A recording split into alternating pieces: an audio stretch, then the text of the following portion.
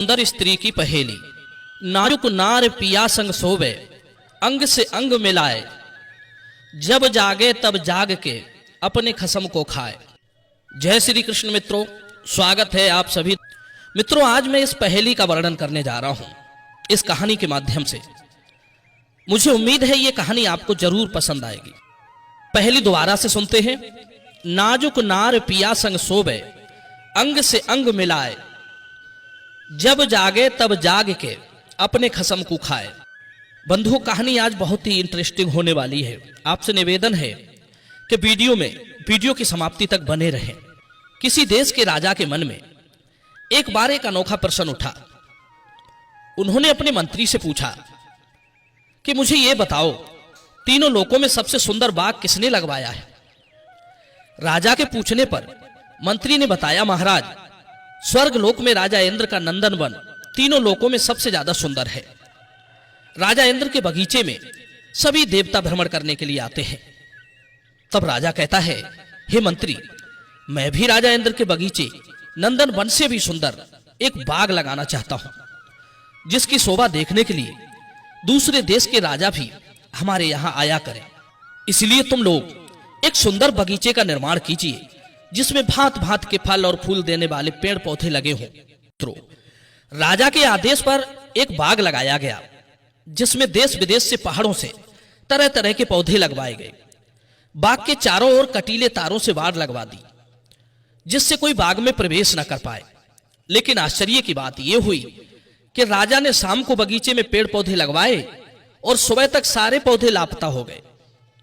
कटीली बार बाग के चारों तरफ ज्यों की त्यों लगी रही। यह देखकर राजा और उसके मंत्री सब अचरज में पड़ गए। जैसे तैसे करके राजा ने फिर से पेड़ पौधे लगवाए, पर अगले दिन बगीचे से फिर पेड़ पौधे गायब थे। यह देखकर राजा को बड़ा क्रोध आया कि आखिर बाग के पेड़ पौधे कहां चले जाते हैं। कोई जानवर भी उसमें प्रवेश नहीं करता। चारों तरफ कटीले तार लगे हुए हैं। राजा ने अपने गुप्तचरों से इस बात का पता लगाने के लिए कहा। राजा के सारे गुप्तचर पूरी रात बगीचे को घेरे बैठे रहे, लेकिन सवेरा होने पर बाग के सारे पेड़ पौधे गायब मिले। कोई भी इस रहस्य को नहीं समझ पाया कि आखिर पेड़ पौधे गायब कैसे हो जाते हैं। राजा ने कई बार बगीचे का सृजन किया, मगर परिणाम वही रहा, ढाक के 3 पात। अब तो राजा और राजा के सभी सहायक उदास रहने लगे। राजा के 4 बेटे थे। उन्होंने अपने पिताजी को उदास देखा तो सोचा कि हमारे पिताजी बाग ना लग पाने की वजह से उदास रहते हैं। तो उनमें से जो बड़े राजकुमार थे, राजा के 3 बेटे, उन्होंने ये निश्चय किया कि हम पिताजी के सपने को पूरा करेंगे। हम फिर से बाग में पेड़ पौधे लगवाएंगे और बाग की कड़ी चौकसी करेंगे, ताकि कोई हमारे बाग को उजाड़ ना पाए। देखते हैं बाग कैसे गायब होता है।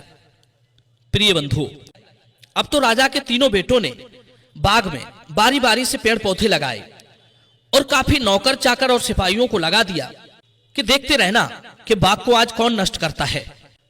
पूरी रात रखवाली करने के बाद भी बाग में पेड़ पौधे नहीं थे। यह देखकर राजा के 3 बेटों को बड़ी निराशा हुई कि आखिर इतने लोगों की निगरानी में भी पेड़ पौधे गायब थे। थक हार कर वे शांत होकर बैठ गए। अंत में राजा के सबसे छोटे बेटे ने राजा से कहा, पिताजी, यदि आज्ञा हो तो मैं भी प्रयास करके देख लूं। राजा कहने लगे, बेटी, तुम अभी छोटे हो, अभी तुम्हारे पास इतनी योग्यता नहीं है। दूसरी बात, जिस काम को मैं और तुम्हारे बड़े भाई नहीं कर सके, उसे तुम कैसे कर पाओगे? तभी मंत्री कहने लगा, राजन, यह कहकर तुम अपने छोटे राजकुमार का मन छोटा मत करो। यदि देखने में छोटा है और उसके अंदर बुद्धि बल है, तो वो छोटा नहीं माना जाता। जिस तरह छोटा सा अंकुश बड़े से हाथी को बस में रखता है, उसी तरह छोटे व्यक्ति में भी यदि बुद्धि बल हो तो वो बड़े से बड़े काम कर सकता है, बड़े से बड़े शत्रु को पराजित कर सकता है। किसी को छोटा कहकर कि ये काम तुम नहीं कर पाओगे, ऐसा बोलकर उसके साहस को कमजोर नहीं करना चाहिए। मित्रों, मंत्री के समझाने पर उदास होते हुए राजा ने अपने छोटे बेटे को भी आज्ञा दे दी कि तुम भी कर लो अपने मन का। अब क्या हुआ, अगले दिन बाग लगवाया गया। राजा के छोटे बेटे ने सोचा कि अब तक मेरे पिताजी और मेरे बड़े भाई बाग की सुरक्षा का भार सिपाहियों और नौकर चाकरों के सिर पर डालकर महलों में जाकर आराम से सोते थे। लेकिन मैं ऐसा नहीं करूंगा। मैं स्वयं जाकर बाग की रखवाली करूंगा। इतना कहकर छोटे राजकुमार ने सबसे पहले बाग की रखवाली में लगाए गए सारे सिपाहियों की छुट्टी कर दी और स्वयं बाग की रखवाली करने के लिए पहुंच गए। उसने बाग के एक कोने पर एक झोपड़ी बनवाई और उसमें रात में छिपकर बैठ गया। थोड़ी दूरी पर उसने एक पानी से भरी नाद भरवा कर रख ली। सोचा अगर कोई जानवर बाग उजाड़ने आएगा तो प्यास लगने पर वो पानी पीने भी आएगा। राजकुमार जाकर बाग पर दृष्टि बनाए हुए थे। जब भी उन्हें नींद आने लगती वे उसी नाद में जाकर अपना मुंह धो लेते।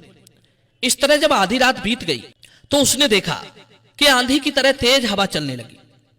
राजकुमार एकदम चौकन्ना हो गए। थोड़ी देर में ही वो हवा एकदम शांत हो गई। उसने झोपड़ी के अंदर से झांक कर देखा कि एक पंखों वाला सफेद रंग का घोड़ा धीरे धीरे आकाश से नीचे उतर रहा है। उस घोड़े पर एक बहुत सुंदर स्त्री बैठी हुई थी। उस घोड़े ने जमीन पर पैर रखे बिना ही ऊपर ऊपर से ही सारे पेड़ पौधे खा लिए। कुछ ही समय में उसने बाग का सफाया कर दिया और राजकुमार झोपड़ी में बैठा बैठा ये सब देख रहा था, मगर कर कुछ नहीं पा रहा था।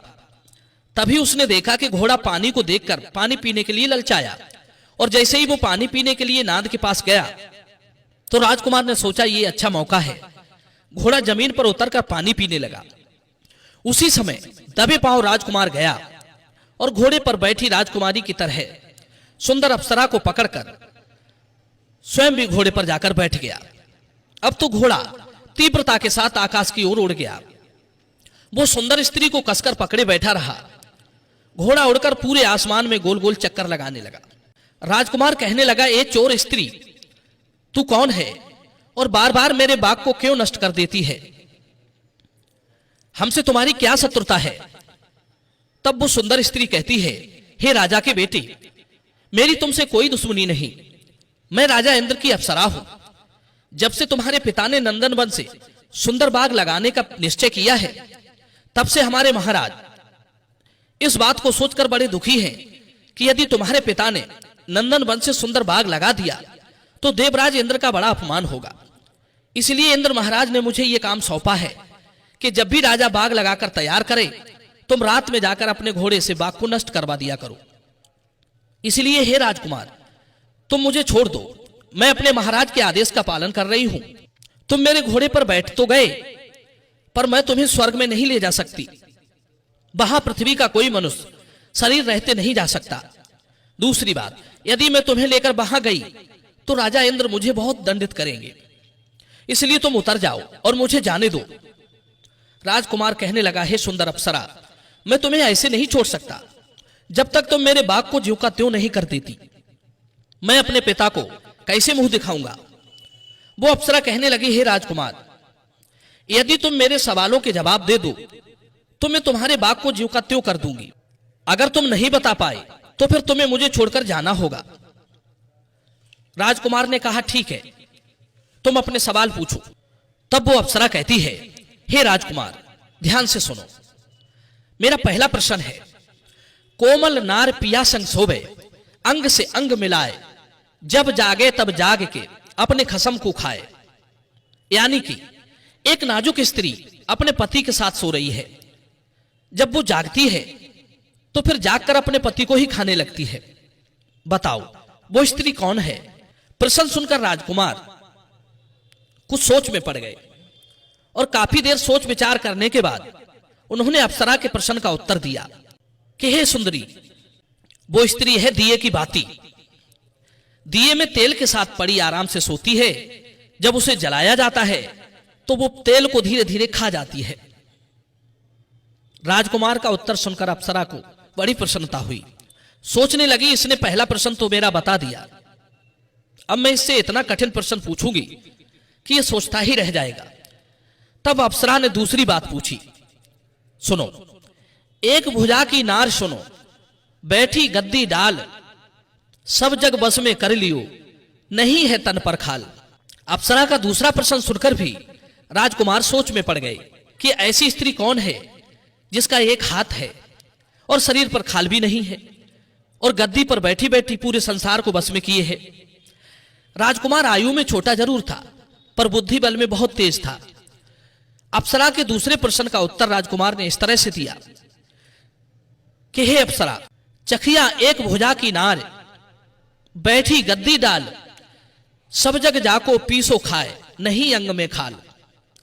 राजकुमार का उत्तर सुनकर अप्सरा बड़ी प्रसन्न हुई। कहने लगी, हे राजकुमार, तुमने मेरे सवालों का जवाब देकर मुझे प्रसन्न कर लिया है। तुम मुझसे जो मांगना चाहो वो मांग लो, मैं तुम्हारी हर इच्छा पूरी करूंगी। तब राजकुमार कहता है, हे अप्सरा, पहले तुम मेरे बाग को नंदन वन की तरह सुंदर बना दो, और दूसरी मांग मेरी यह है कि मैं जब भी तुम्हें याद करूं तुम तुरंत मेरे पास आ जाना। तब वो सुंदर अप्सरा बोली, हे राजकुमार, जाओ, मैं तुम्हें वचन देती हूं, मैं तुमसे रोज मिलने आया करूंगी, पर जिस दिन तुमने इस बात को किसी और को बता दिया उसी दिन से मैं तुम्हारे पास नहीं आऊंगी। राजकुमार ने कहा, ठीक है। मित्रों, इतना कहकर अप्सरा ने राजकुमार के बाग को ज्यों का त्यों सुंदर कर दिया और पूरी रात राजकुमार के साथ रही। सवेरा होने से पहले ही स्वर्ग को चली गई। इधर सवेरा होते ही राजकुमार अपने महल में चला गया। उसने ये बात किसी को नहीं बताई।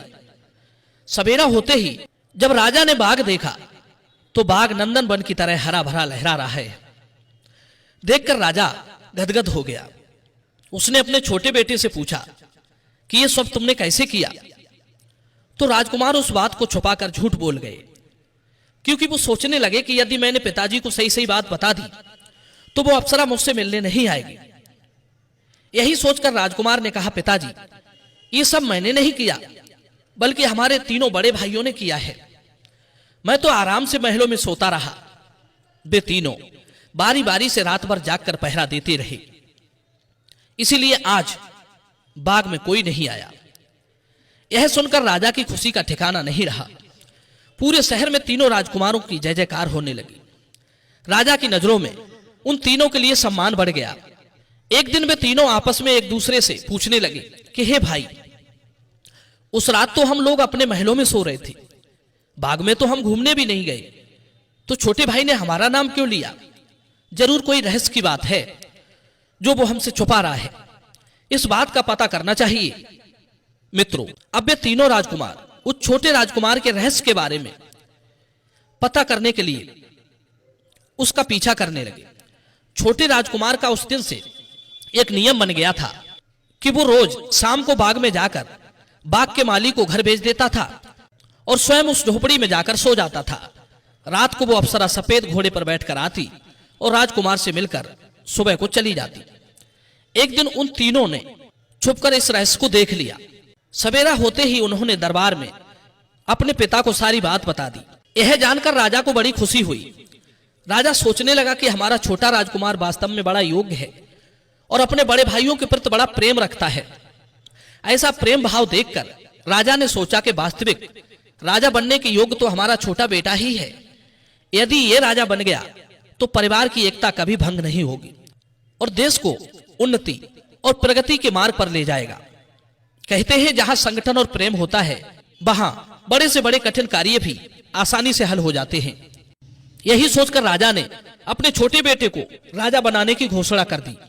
बंधुओं, इस कहानी के विषय में आपका क्या विचार है, कमेंट में हमें बताना। मिलते हैं अगली बार नई चर्चा के साथ अगली वीडियो में। आप सभी का बहुत बहुत धन्यवाद। जय श्री कृष्ण।